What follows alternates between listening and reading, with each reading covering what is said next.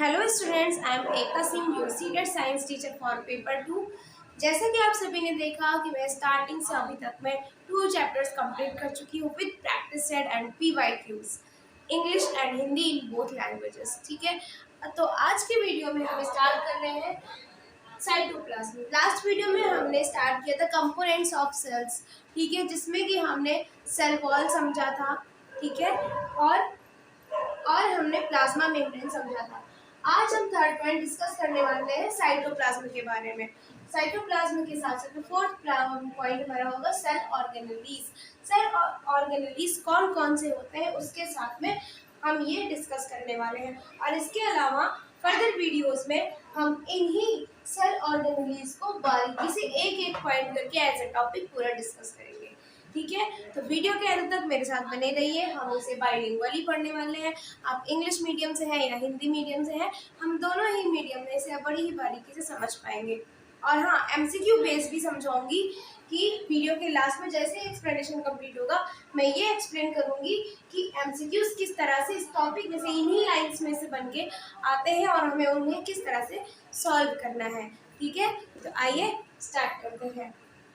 Cytoplasm, cytoplasm को हम हिंदी में कहते हैं जीव द्रव्य।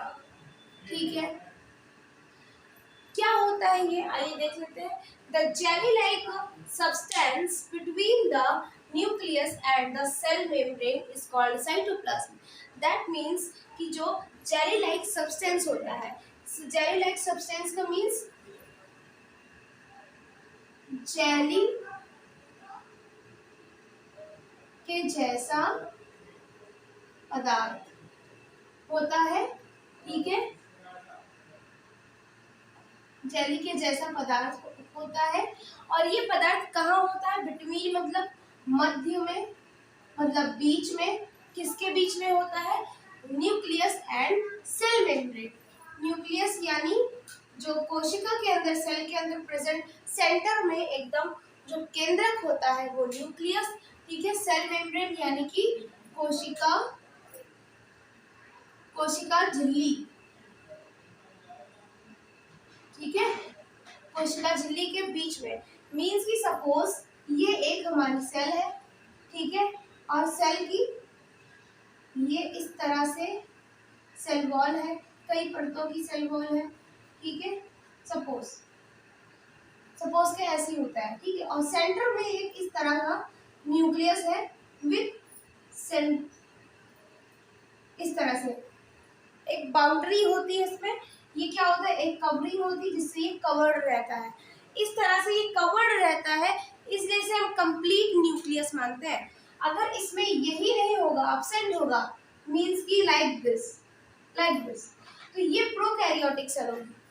ठीक है, यानी कि जिसका न्यूक्लियस इनकम्प्लीट है, वेल डेवलप्ड नहीं है, वो कौन है? प्रोकैरियोटिक सेल है। और जिसका न्यूक्लियस डेवलप्ड है, पूर्णतया विकसित है, ठीक है, वो यूकैरियोटिक सेल होगी। हमने ये भी डिस्कस किया था इस चैप्टर के स्टार्टिंग वीडियो में। ठीक है, उसे आप प्लेलिस्ट का लिंक आपको डिस्क्रिप्शन बॉक्स में मिल जाएगा, आप वहाँ से पूरे वीडियोस, पूरे चैप्टर को कवर कर सकते हैं। ठीक है, तो ये हमारा क्या होता है? न्यूक्लियस, अर्थात केंद्र। ठीक है, और ये होती है सेल मेम्ब्रेन, ये अंदर सेल मेम्ब्रेन। अब इनके बीच में कौन होता है? Cell membrane, I think, sorry, ये है। ठीक है, अब यहाँ पर क्या होता है? साइटोप्लाज्म फ्लूइड रहता है इस तरह से, लिक्विड फॉर्म में, इस तरह से सेल के अंदर ये भरा रहता है। ठीक है, तो ये हो गया हमारा क्या? साइटोप्लाज्म। ये हो गया हमारा साइटोप्लाज्म, मीन्स की जीव द्रव्य, यानी कि जीव द्रव्य, जो कि मैंने यहाँ पर लिखा हुआ मेंशन किया है। तो इसे हम क्या कहते हैं? साइटोप्लाज्म कहते हैं। जो सेल मेम्ब्रेन और न्यूक्लियस, यानी कि ये हमारी सेल मेम्ब्रेन हो गई और ये न्यूक्लियस हो गया, इनके बीच में। तो इनके बीच में मीन्स कहाँ? ये वाला पोर्शन है हमारा ओवरऑल।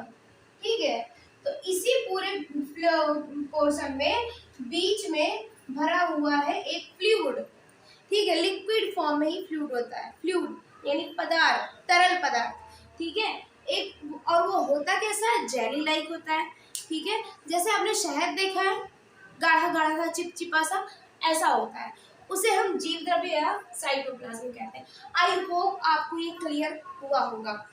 आगे चलते हैं, उसे ही हम साइटोप्लाज्म कहते हैं, ठीक है। आगे की बात करें नेक्स्ट पॉइंट की, ये पॉइंट हमारा क्लियर होता है। नेक्स्ट पॉइंट है all cellular organelles are embedded in it. It forms the reaction center for many cellular reactions. That means कि all cellular organelle means कि सभी कोशिका के कोशिकांग, सभी cellular means कि कोशिकीय, organelles means कि कोशिकांग,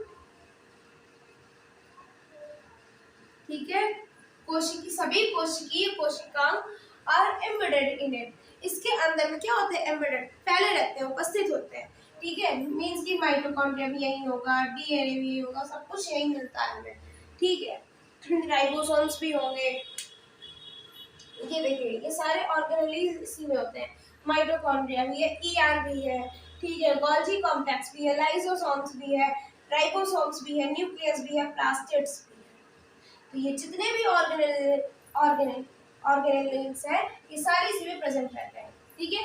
आगे की बात करें, it forms the reaction centre, ये जो है क्रिएट करता है क्या, रिएक्शन सेंटर, यानी कि अभिक्रिया केंद्र,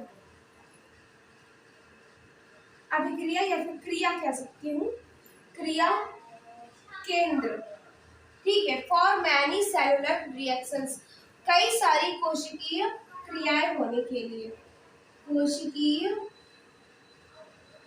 क्रियाएं, ठीक है, इनके लिए ये क्या करता है, एक क्रिया केंद्र बनाता है, ठीक है। अब हम बात करते हैं, ये भी पॉइंट हमारा क्लियर होता है।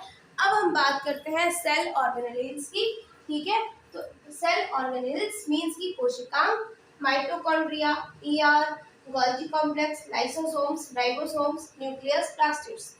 ईआर क्या होता है देखिए, ईआर यहाँ पे स्पेस नहीं है तो मैं इसे यहाँ पर राइट कर रही हूँ। ईआर मींस की एंडोप्लाज्मिक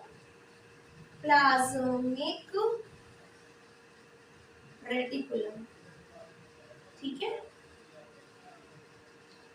इन सभी के स्ट्रक्चर्स को हम डिस्कस करेंगे एक एक करके, इनके ना कि सिर्फ स्ट्रक्चर्स, इनकी फंक्शनिंग, इनकी प्रेजेंस, इनकी लोकेलिटी, मींस कि ये कोशिका या सेल के अंदर में किस पोजीशन में होते हैं, क्या संरचना होती है इनकी, क्या शेप होता है इनका, क्या काम होता है इनका, ये सारी चीजें हम एक एक करके नेक्स्ट वीडियोस में डिस्कस करेंगे, बड़ी ही ब्रीफली इन्हें हम समझेंगे, ठीक है। जैसे कि माइटोकॉन्ड्रिया क्या होता है, हाउस ऑफ एनर्जी, ठीक है, ऊर्जा का घर कहते हैं इसको, ठीक है, ऊर्जा का स्रोत भी कहते हैं, सोर्स ऑफ एनर्जी भी, ठीक है। ईआर ये कैसा होता है, ऐसे करके जिगजैग में, मींस की कैसे बताओ फिर, तो चलो नेक्स्ट वीडियो में हम इसको अच्छे से डिस्कस करेंगे, ठीक है। गोल्जी कॉम्प्लेक्स का भी स्ट्रक्चर, लाइसोसोम, राइबोसोम सब इसी में, न्यूक्लियस ऑलरेडी मैंने समझाया है, ठीक है, प्लास्टिड, सब कुछ हम एक एक करके बारीकी से डिस्कस करेंगे। अभी मैं इसको बताने पे आऊँगी तो वीडियो हमारी बहुत ज़्यादा लेंथी हो जाएगी, ठीक है। तो आज के लिए इतना ही, मिलते हैं नेक्स्ट वीडियो में। नेक्स्ट वीडियो में इन्हीं ऑर्गेनेल्स के साथ में, और इन्हें हम बहुत अच्छे से डिस्कस करेंगे।